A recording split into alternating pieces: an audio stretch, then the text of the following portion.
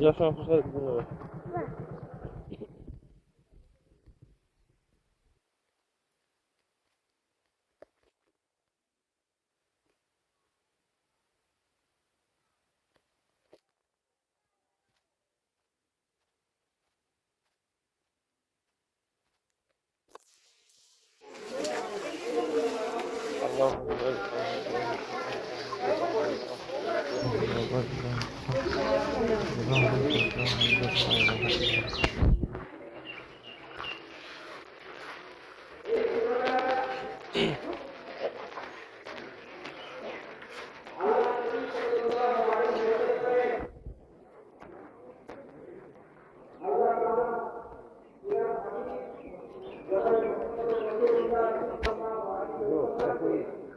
আজ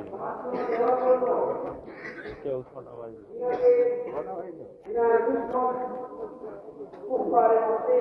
সাড়ে ছটা বাজু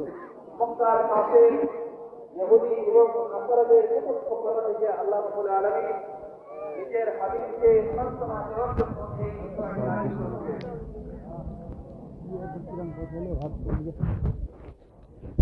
এই সূরাটি নাযিলের উদ্দেশ্য এটাও যেহেতু